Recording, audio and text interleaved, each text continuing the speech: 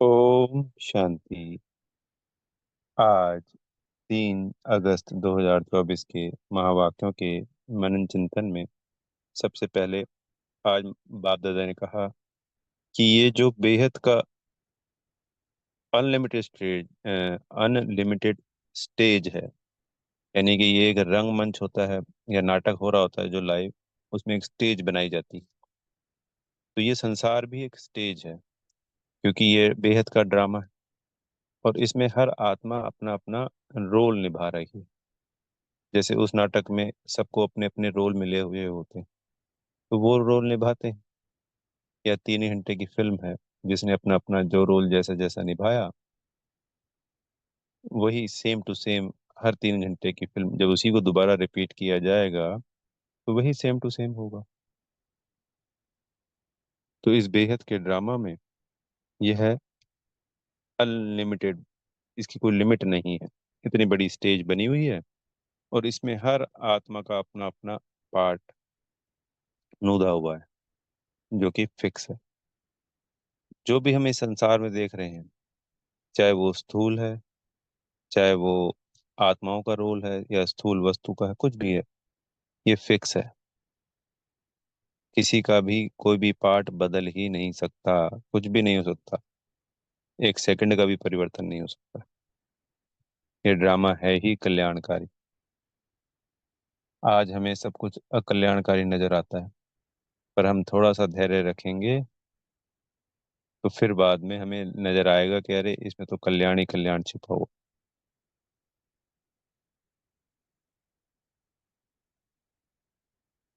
फिर बाबा ने कहा कि कर्मातीत अवस्था को प्राप्त करने का पुरुषार्थ क्या है।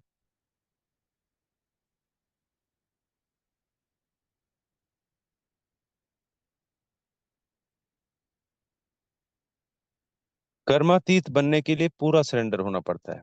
जैसे ब्रह्मा बाबा ने धन का, मान शान का, परिवार का, सबका त्याग किया, सिर्फ एक यज्ञ के प्रति ही समर्पित रहे पूरे जीवन। हाँ, बच्चों के प्रति बाबा ने कई मुरलियों में कहा है, सारे बच्चे, एक दो बच्चे नहीं, पूरे यज्ञ के बच्चे। तो जब वो सिजरे के हेड हैं तो पूरे बच्चों के प्रति रिस्पॉन्सिबिलिटी है। तो अंत तक तो कर्मातीत अवस्था बनी गई, पर कहीं ना कहीं उनसे लगाव झुकाव बना रहा शुरुआत में। वो सभी के साथ है, 63 जन्मों की यात्रा थी और हर आत्मा में अपना अपना संसार के प्रति कुछ न कुछ कुरीतियां सब में समाई हुई हैं। तो वो उनमें भी बाद में अंत में निकली, तभी उन्होंने कर्मातीत अवस्था को प्राप्त किया। तो इसके लिए, कर्मातीत अवस्था को प्राप्त करने के लिए धन दौलत मान शान बच्चे परिवार सब कुछ भूलना पड़ता है। तभी बाबा कहते हैं ना, देह सहित देह के सर्व संबंधों को भूल एक सिर्फ मुझे याद करो। तो ये आसान नहीं है, कभी कुछ याद आता है, कभी कुछ याद आता है, कभी कुछ कभी कुछ। जब सदा एक रस स्थिति रहे, एक बाबा की ही याद बनी रहती है और कुछ भी याद नहीं आता है, तो उसको कहते हैं कर्मातीत अवस्था। तो ये बन तो जाएगी, पर बाबा ने कहा इसके लिए गरीब ही ज्यादा बनते हैं, क्योंकि गरीबों के पास धन नहीं है और वो सहजता से, मतलब थोड़ा दुख भी देखे हुए हैं, तो सहजता से बाबा की याद में रहने लगते हैं, बाबा की श्रीमत का पालन करते हैं और कर्मातीत अवस्था को प्राप्त कर सकते हैं। बाबा ने कहा कि साहूकारों के लिए आसान नहीं है, क्योंकि उनके लिए तो यही स्वर्ग है। थोड़े बहुत साहूकार आएंगे, अंत तक आएंगे और अगर प्राप्त कर पाए तो कर्मातीत अवस्था को प्राप्त करेंगे, पर आसान नहीं। इसलिए बाबा को गरीब निवास गाया हुआ है।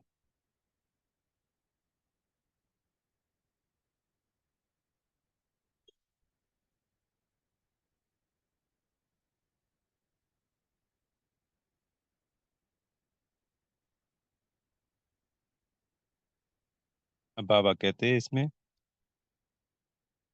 कि हमारी बुद्धि को हमेशा घर की तरफ, परम धाम की तरफ लगा के रखना है। 2-3 मुरलियों से लगातार बाबा किसी एक पॉइंट को हमेशा 5-7 दिन, 10 दिन या 15 दिन उस पॉइंट को रेगुलर रिपीट करते हैं अपनी मुरलियों में।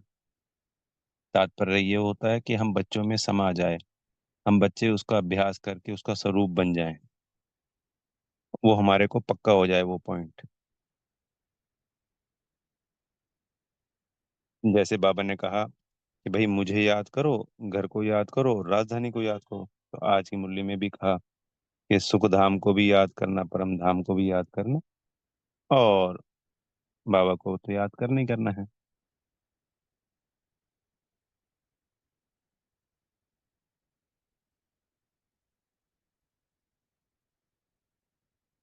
फिर बाबा ने कहा कि यहाँ पे है ना, जैसे सुख है बड़े लोगों के लिए, महल है, मोटरें, गाड़ियां, सब कुछ, तो उनको लगता है कि यही स्वर्ग है। बाबा ने कहा यह कंपटीशन है, माया का कंपटीशन, उस सत्य स्वर्ग के साथ। जैसे एक लड़ाई होती है सच और झूठ की, वो हर क्षेत्र में है। तो सत्य सुख कौन सा है? सत्य सुख है, वैसे तो परमात्म सुख है, पर संसार का कंपैरिजन करें तो सत्युग का सत्य सुख है, और कलयुग का है असत्य सुख, क्योंकि क्षण भंगुर होता है ये सुख। अभी सुख है, अभी दुख है, अभी कोई घटना घट गई परिवार में, किसी की कोई कंपनी में, किसी की सेहत को लेकर, पैसे का कोई घाटा लग गया अचानक से, उसी क्षण तो पता चलता है कि अभी तो हंस रहे थे, अभी हंसते हंसते हार्ट अटैक हो गया, मृत्यु को प्राप्त हो गए, अनेक अनेक घटनाएं घट जाती हैं। तो अभी अभी दुख आ गया, और सुख के साथ साथ दुख, दुख साथ साथ चलता रहता है। कहीं ना कोई समस्या है, कभी कानूनी समस्या चल रही है जी, कभी कंपनी में समस्या चल रही है, कभी कभी कहीं कोई समस्या, कभी कहीं कोई समस्या, कभी कहीं कोई समस्या, कभी बीमारी चलती है, कभी कुछ। तो ये लास्ट में माया का पॉम्प है। जब दीवा बुझने वाला होता है तो वो फड़फड़ाता है। तो ऐसे ही माया को भी पता है कि उसका अंत आ गया है, क्योंकि उसको पता है इनका उस्ताद आ गया, इनका हेड आ गया, हर कल्प कल्प आता है और मैं समाप्त हो जाती हूँ, दी एंड। वो फड़फड़ाएगी तो जरूर, तो वो उसमें फंसाएगी हमको। तो इसलिए इस संसार में फंसना नहीं। सबको बाबा का मैसेज देना है, उसके बाद वो आए नहीं आए वो उसकी मर्जी। तो बाबा ने कहा है इस कंपटीशन से हमें परे रहना है। ये अल्पकाल का सुख है, माया का लालच है ड्रामानुसार। सन्यासियों ने तो इसको क्षणभंगुर सुख मानना है, और वो सुख को मानते ही नहीं, वो सिर्फ मोक्ष को और शांति को मानते हैं। क्योंकि वो जो धर्म की आत्माएं हैं, वो आती ही लगभग लगभग कलयुग में है। आती 1500 वर्ष पूर्व है, पर वो 250 वर्ष में तो अचानक से ये है नहीं कि भाई उनकी लाखों की संख्या हो गई। लाखों की संख्या होने में सैकड़ों साल तो लगते ही हैं। तो 200 250 साल, यानी जो उनका पूरा रोल रहता है इस कलयुग में ही रहता है। तो कलयुग में उन्होंने दुखी दुख देखा होता है। और फिर वो उस झाड़ की है जिसमें सुख का वैसी नामो निशान नहीं। सन्यास का मतलब दुनिया से परे रहने वाले, अलग रहने वाले। प्रवृत्ति मार्ग उनको अच्छा ही नहीं लगता, तभी तो वो निवृत्ति मार्ग अपनाते हैं। इसलिए उन्होंने सुख को कभी नहीं माना। हम देवी देवता धर्म वाली आत्माएं तो हैं ही सुख धाम की, हम सुख को ही मानते हैं। क्योंकि हमारा जो सुख है वो भी अविनाशी है, सत्युग और त्रेता युग। जैसे आत्मा जरा मर अविनाशी है, ये ज्ञान हमारे में समा जाता है, हम इसका स्वरूप बन जाते हैं, ये अविनाशी है। ऐसे ही वो सत्युग का सुख भी अविनाशी है, सत्युग और त्रेता युग कह सकते हैं, दो युग।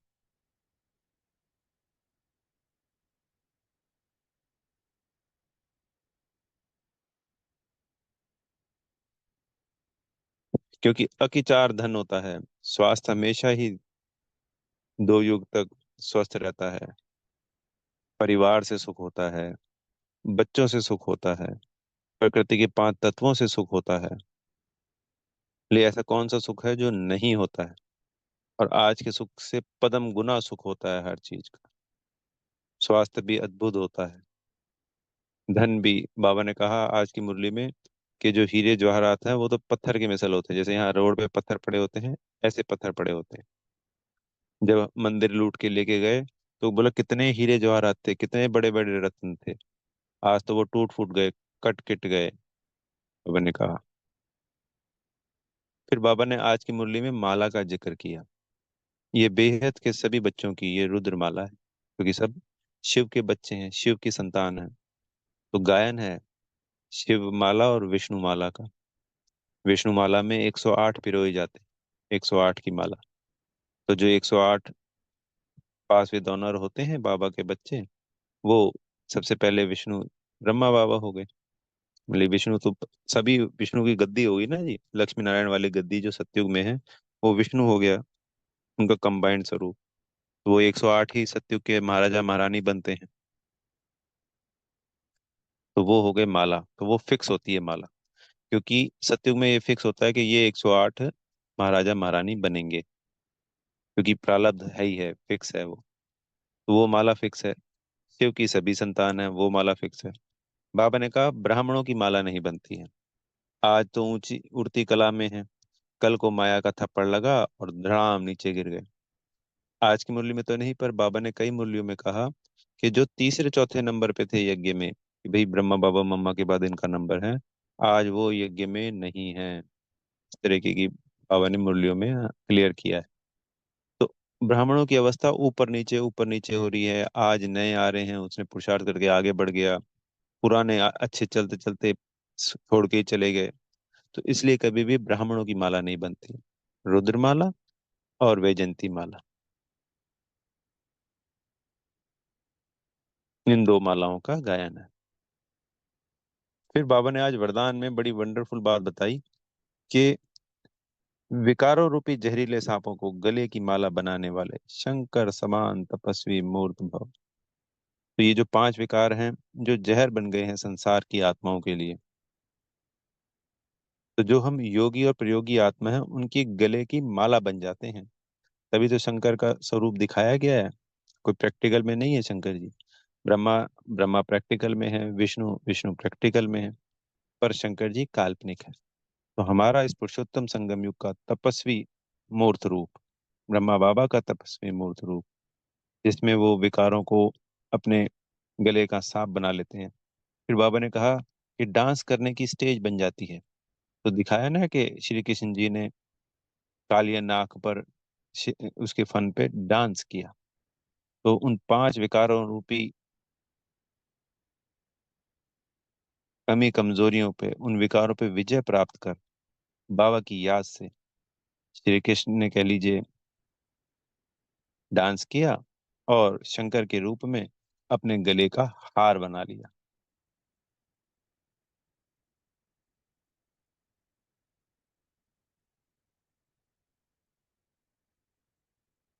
तो योग और प्रयोग के बल पर हम इन विकारों को